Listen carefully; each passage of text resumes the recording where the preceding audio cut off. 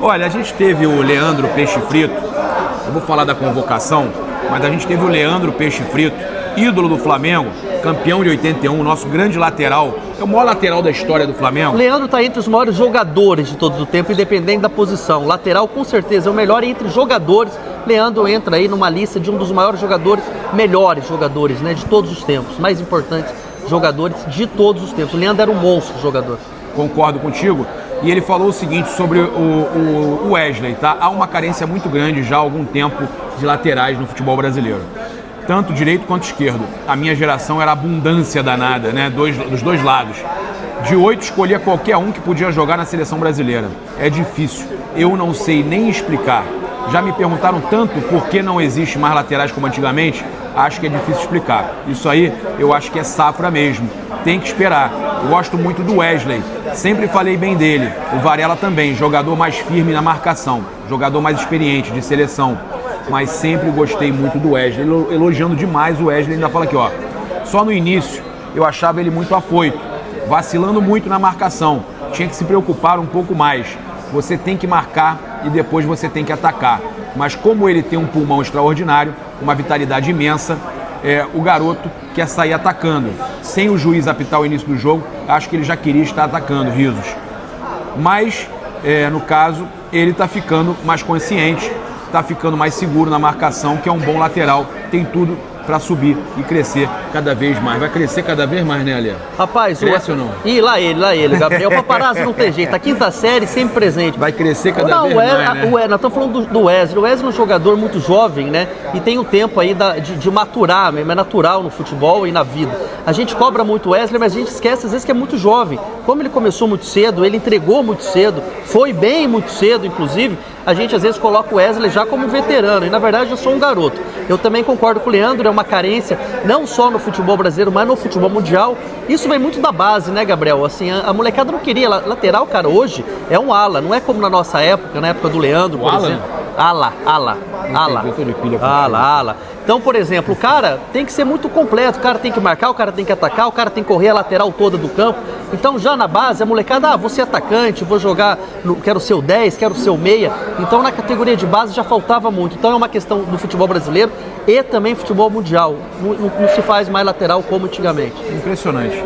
Olha, a gente teve então, para confirmar para vocês, o Gerson convocado, né? O único jogador do Flamengo convocado para a seleção para os jogos contra Venezuela e Uruguai. Né? Então, o Gerson, nosso Vapo, melhor jogador em atividade no futebol sul-americano, sem sombra de dúvidas. Não sei se o Ali concorda comigo. É o melhor jogador em atividade no futebol sul-americano, o Gerson, tá? Convocado, ele e Luiz Henrique. Para mim, os dois melhores jogadores do futebol sul-americano no momento. Eu colocaria 3. O Luiz Araújo também vinha numa fase fantástica quando se machucou.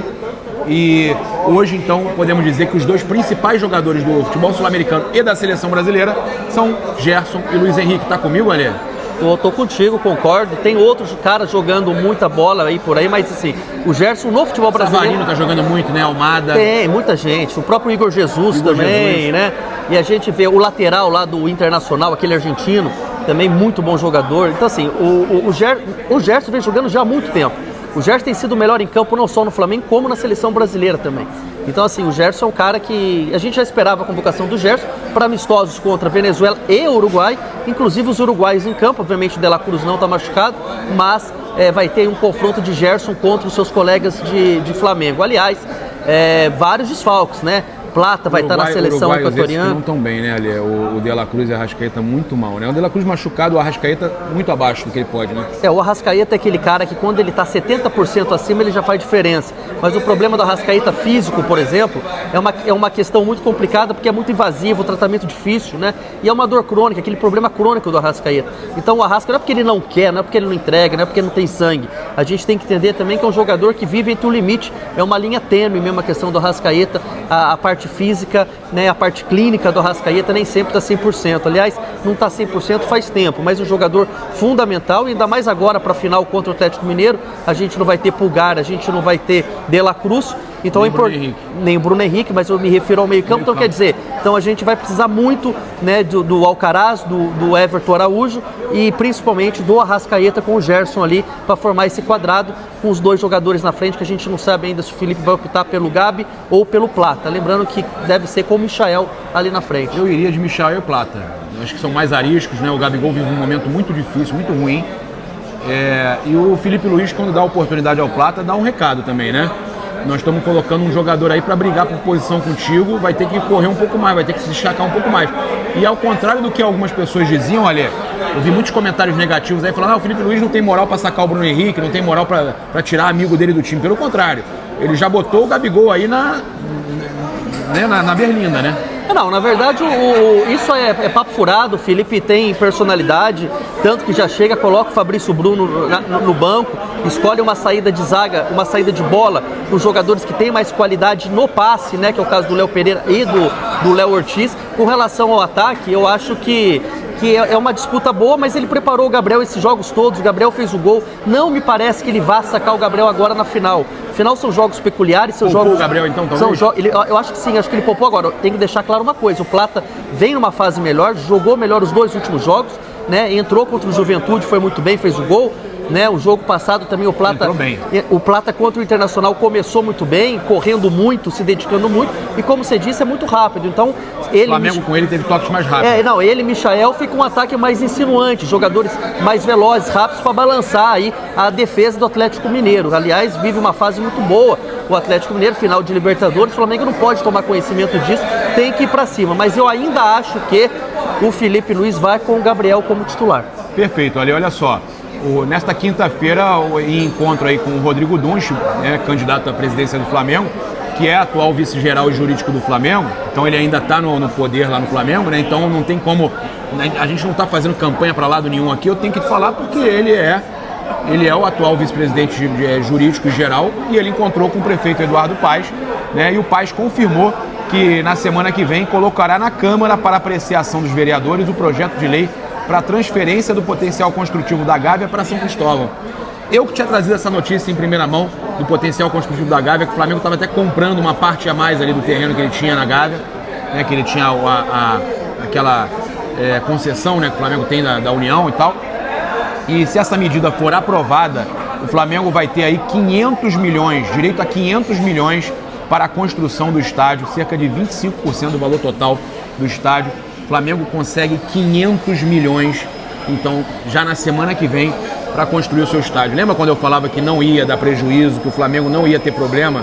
Eu já sabia disso tudo.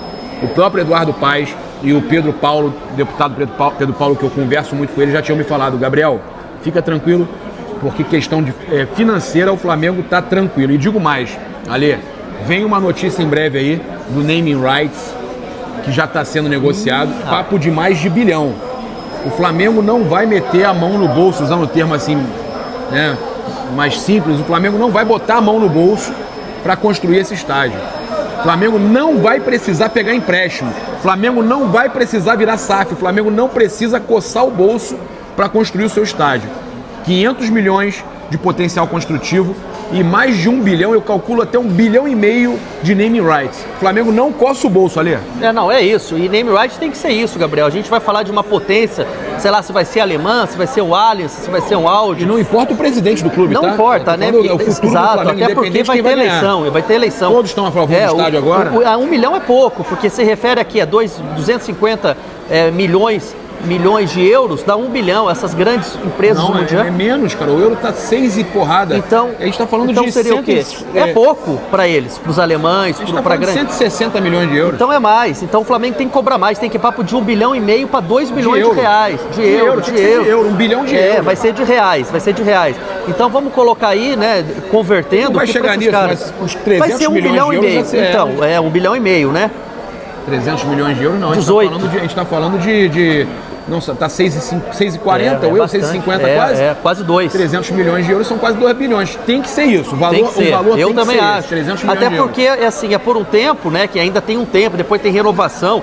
Sensacional, tem que ser. E lembrando vocês, vai ser o Allianz, por exemplo, completamente diferente de São Paulo do Palmeiras, porque lá eles têm a parceria com o Palmeiras, eles têm uma parte lá. Aqui não, aqui o Flamengo que vai ditar as regras é apenas para dar o nome do estádio, mas nada. Quem manda é o Flamengo. Então é muito interessante a questão do name rights e o construtivo aí que você falou, como é que é? O potencial construtivo, levar em que conta... o Flamengo transfere para lá e aí consegue. Levar em conta o que o Eduardo Paes falou isso antes das eleições, né? E é muito legal a gente falar aqui que está sendo cumprido. Isso é bacana a gente trazer, porque muita gente questionava, né? Só depois da eleição como é que vai ficar. O negócio então está caminhando e que bom, como o deputado Pedro Paulo trouxe para você também.